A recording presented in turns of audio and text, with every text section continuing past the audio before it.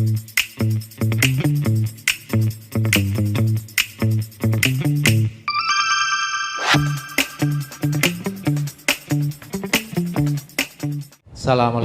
warahmatullahi wabarakatuh. Waalaikumsalam warahmatullahi wabarakatuh. Perkenalkan, nama saya Bapak Rohadi, asal dari Wonosobo. Nggih. Mohon pertanyaan, ada 3 pertanyaan Pak Ustadz. Yang pertama tentang syafaat, bahwa nanti di akhirat nanti kita akan mendapatkan syafaat atau pertolongan dari Allah. Namun ada pemandangan dari sebagian kita atau mungkin banyak orang mengatakan bahwa di samping kita nanti di akhirat mendapatkan syafaat atau pertolongan dari Allah, kita juga akan mendapatkan pertolongan dari Rasul. Sehingga doanya mohon semoga nanti di akhirat mendapatkan syafaat Nabi. Bagaimana pemandangan Pak Ustadz yang berhubungan dengan agama tentang hal ini? Kemudian pertanyaan yang nomor 2 tentang taklid Pak Ustadz. Tentang taklid? Ya, taklid. Sebagai contoh seperti ini, ketika saya sholat, saya hanya mengikuti teman saya. Namun ternyata sholat yang saya lakukan itu sesuai dengan tuntunan dari Rasul atau tuntunan dari Allah. Tapi saya tidak pernah tahu itu hadisnya seperti apa, mastarnya seperti apa. Apakah saya ini termasuk orang yang taklid? Pertanyaan yang ketiga tentang berkaitan dengan surat Al-Maidah ayat 2. Ini kejadiannya hari ini juga belum selesai nih Pak Ustadz. Di depan rumah saya ada kematian. Kebetulan itu masih saudara dengan istri saya. Nah, ketika ada ritual deresan atau tahlilan, saya datang ke tempat itu. Namun datangnya ketika belum dimulai. Saya ke situ datang menyambut tamu, bersalaman. Kemudian setelah ritual tahlilan dan sebagainya itu dilakukan, saya pergi dari situ Pak Ustadz. Nah, setelah ritual itu selesai, saya datang lagi dalam rangka membantu bersih-bersih atau laden gitu. Apakah laden saya untuk memberikan minum atau makanan laden sama tamunya di situ. Laden untuk kegiatan itu tadi toh? Ya, tapi ritualnya sudah selesai Pak Ustadz. Oke. Pertanyaannya begini, apakah saya termasuk yang disebutkan di surat Al-Maidah ayat 2, bekerja sama dalam hal keburukan dan perbuatan dosa? Itu saja dari pertanyaan dari saya. Mohon. Ya, syafaat, taklid meski sesuai tuntunan, sama ikut bantu-bantu tadi. Okay? Yang pertama syafaat. Ini perbedaan. Ya. Memang ada sebagian saudara-saudara kita yang meyakini bahwa nanti di sana orang yang telah mengucapkan syahadat dan kalimat tauhid, dia menjadi seorang muslim, di sana nanti akan mendapatkan syafaat dari Rasulullah. Karena Rasulullah termasuk yang diizinkan oleh Allah untuk memberi syafaat nanti. Nah, kita tidak sependapat dengan pemahaman ini. Boleh atau berbeda? Boleh. Tapi tidak saling menyalahkan. Tidak saling merasa paling benar. Terkait syafaat ini, memang Nabi itu diberi izin oleh Allah memberi syafaat. Tapi sejak di mana? Sejak kapan? Sejak di dunia. Melalui apa? Quran. Karena beliau sendiri ngendika, Al-Qur'anu syafi'un musyafa'un. Quran itu syafaat, penolong yang pasti diterima pertolongannya. Wa makhilun musaddaqun, pembela yang diterima pembelaannya. Itu kata Nabi. Man ja'alahu amamahu qadahu ilal jannah. Barang siapa yang menjadikan Quran ini sebagai penolong, sebagai pembelanya sejak dia di dunia tentunya, maka qadahu ilal jannah. Quran akan menuntunnya menuju surga. Wa man ja'alahu wara'ahu saqahu ilan nar. Barang siapa yang menjadikan Quran di belakangnya, dalam arti acuh tak acuh terhadap bimbingan Al-Quran, lebih mengedepankan hawa nafsunya sejak di dunia, maka saqahu ilan nar, Quran akan menyeretnya masuk ke neraka. Berarti Quran ini syafaat itu ketika sejak di dunia. Dengan ini Nabi akan diizinkan oleh Allah menolong manusia dengan Al-Quran. Karena sifat Quran itu salah satunya yahdi lillati hiya aqwam. Maka kita mengambil pendapat yang ini. Jadi syafaat dari Rasulullah itu sudah ada sejak di dunia melalui Al-Quran. Tapi kita tidak menyalahkan, yang memahami besok di akhirat akan ada syafaat dari Rasul. Bahkan hanya menjadi ahli wudhu saja, belum sholat ini. Ada yang mengatakan nanti akan mendapat syafaat dari Nabi giliran paling akhir. Dicari, mukanya cemlorot di neraka. Karena di dunia ahli wudhu belum sholat. Kenapa kok kita tidak sependapat? Kita milih pendapat bahwa syafaat dari Nabi ini ada sejak di dunia melalui Al-Quran. Karena kita khawatir keimanan kita ini belum ada apa-apanya. Wong kita juga masih suka maksiat. Jangan sampai kemudian kita menjadi tasahul gampang dalam beribadah, dalam melaksanakan perintah-perintah Allah, perintah Rasulullah. Ya Allah, sholat waktu wes nanti saja, ditunda-tunda, nanti di sana dapat syafaat. Itu namanya tasahul gampang. Kita takut, kita khawatir kalau sampai gampang.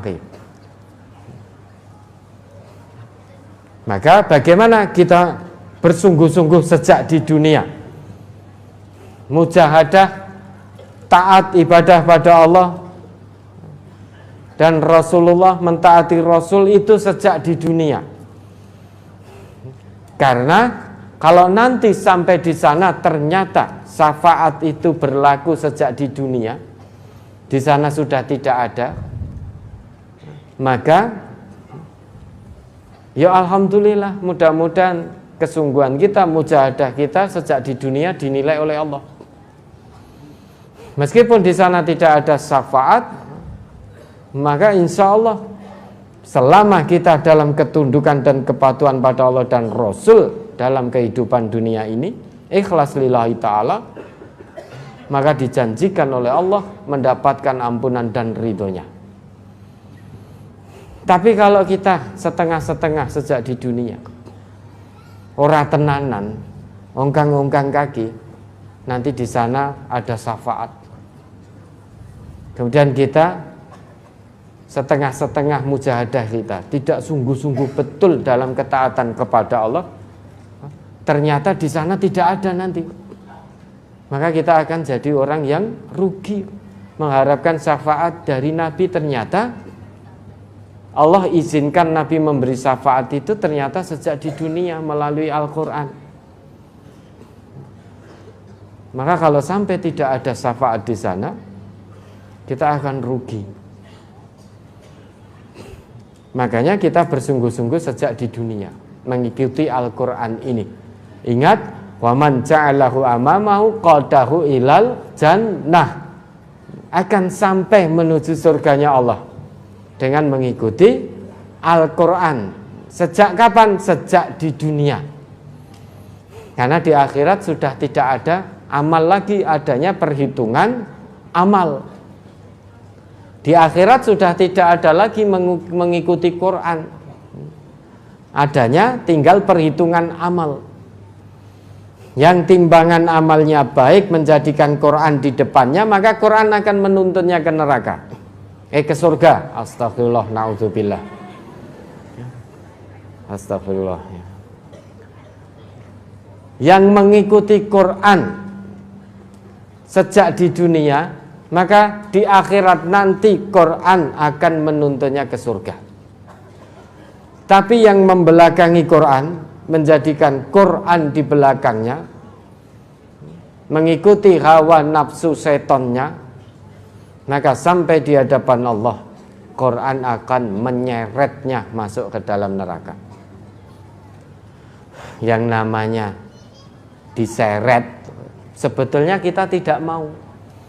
Penghuni-penghuni neraka itu tidak mau untuk masuk ke dalam neraka. Namun mau ndak atau ndak mau, mereka tetap diseret. Nggonmu ki kene udu kono. Surga itu hanya khusus untuk orang-orang yang menjadikan Quran di depannya pedoman hidupnya sejak di dunia. Bagi orang yang menjadikan Quran di belakangnya ketika di dunia, tempatnya bukan di surga tetapi di neraka. Nah, ini perbedaan. Kita tidak saling menyalahkan. Lana a'maluna walakum a'malukum. Tetapi MTA, seluruh keluarga besar Majelis Tafsir Al-Quran berusaha dengan keras sepenuh hati, jiwa dan raga mendapatkan syafaat Rasulullah sejak di dunia ini melalui Al-Quran. Sepakat kita? Ya. Itu tentang syafaat, ya. Kemudian tentang taklid. Agama kita melarang yang namanya taklid. Bahkan Allah sendiri dalam Quran surat Al-Isra ayat 36 itu. Coba diingat kembali. Al-Ahzab atau apa itu? Al-Isra, ya, Al-Isra 36. Wala taqfu ma laisa laka bihi ilmun. Innas sam'a wal basara wal fuada kullu ulaika kana anhu mas'ula. Surat Al-Isra surat ke-17 ayat 36. Wala taqfu ma laisa laka bihi ilm. Innas sam'a wal basara wal fuada kullu ulaika kana anhu mas'ula. Dan janganlah kamu mengikuti apa yang kamu tidak mempunyai pengetahuan tentangnya. Sesungguhnya pendengaran, penglihatan dan hati semuanya itu akan diminta pertanggungan jawabnya. Ya toh, jangan kamu mengikuti apa-apa yang kamu belum tahu ilmunya. Maka ada al-ilmu qablal amal. Ilmu dulu sebelum berbuat. Kenapa? Karena nanti pendengaran kita, penglihatan kita, hati kita akan ditanya oleh Allah. Kamu kok melakukan itu? Telingamu mendengar dari siapa? Kamu kok melakukan itu? Penglihatanmu melihat contoh prakteknya siapa? Kamu kok mengikuti itu? Hatimu condong kepada siapa? Semuanya ada pertanggungjawaban di hadapan Allah. Maka biar kita selamat di hadapan Allah dalam mempertanggungjawabkan pendengaran, penglihatan dan hati ini, maka yang kita lihat apa yang diwariskan oleh Nabi kita, yaitu Quran dan Sunnah.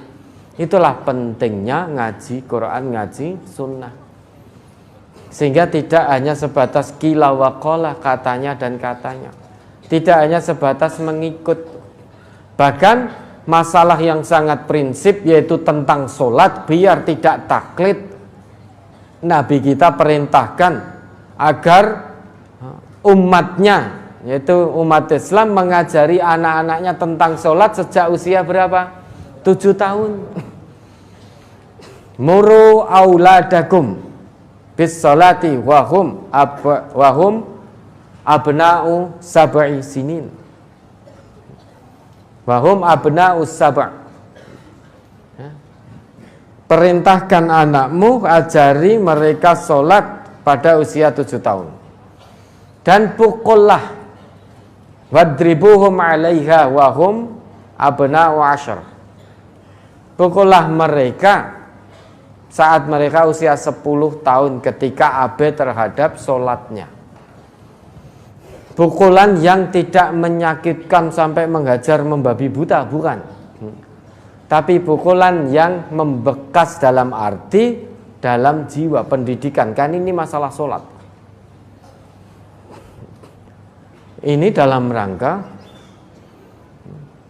kita ngaji Quran dan Sunnah, ternyata kita tahu masalah sholat saja Nabi sudah dawuhkan sejak anak usia 7 tahun. Maka saat kita ngaji Quran Sunnah, maka kita akan ajarkan pada anak-anak kita sholat tentang sholat sesuai dengan tata cara Rasulullah sejak anak kita usia 7 tahun. Maka apa-apa yang kita belum tahu ilmunya jangan ikut-ikutan. Tapi tanya dulu. Yang namanya ilmu, al-ilmu qabla al-amal, ilmu sebelum amal. Yang namanya ilmu dalam Islam itu berarti Quran, berarti sunnah. Kita melihatnya bukan praktek orang Islamnya, tapi lihat Qurannya, lihat sunnahnya. Kalau toh kita belum melihat sendiri, setidaknya kita mendengar disebutkan ayatnya, disebutkan hadisnya, berarti kita sudah tidak taklid karena telinga sudah mendengar. Dirikan sholat, Allah berfirman, wa aqimus sholah. Dirikan sholat, kita sudah mendengar perintah sholat, kewajiban sholat itu Allah yang perintahkan. Maka kalau sudah mendengar, sudah membaca, sudah tahu, itu tidak taklid lagi. Sekalipun kita tidak hafal dalilnya. Ya, maka usahakan itu harus dilandasi dengan ilmu. Jangan asal ikut-ikutan. Ya alhamdulillah delalai bener sing dieloni kan. Tapi jangan lagi ya. Kalau ternyata keliru, nggak sesuai Quran Sunnah, bagaimana? Celaka. Nanti sampai sana ittabarra alladzina tubi'u minal ladzina taba'u wa ra'awul 'adzaba wa taqatta'at bihimul asbab. Sampai di hadapan Allah, orang yang diikuti akan berlepas diri dari orang yang mengikuti. Maka kita mengikuti itu boleh. Beragama ini ittiba. Ittiba siapa? Ittiba Rasulillah. Kita mengikuti Rasulullah, berarti untuk beribadah harus melihat warisan Rasulullah. Ya, itu tentang taklid. Kemudian tentang membantu-bantu tadi ya. Ya tidak usah membantu, wong kita belum tahu ilmunya. Tapi sudah selesai acaranya, baik sudah selesai atau belum dimulai, berarti Bapak kan ikut membantu menyediakan semuanya. Kita saling menghormati. Dalam arti, karena saya belum tahu ilmunya tentang tahlilan, maka silahkan saudara-saudara yang tahlilan, silahkan, saya tidak ikut dan tidak membantu.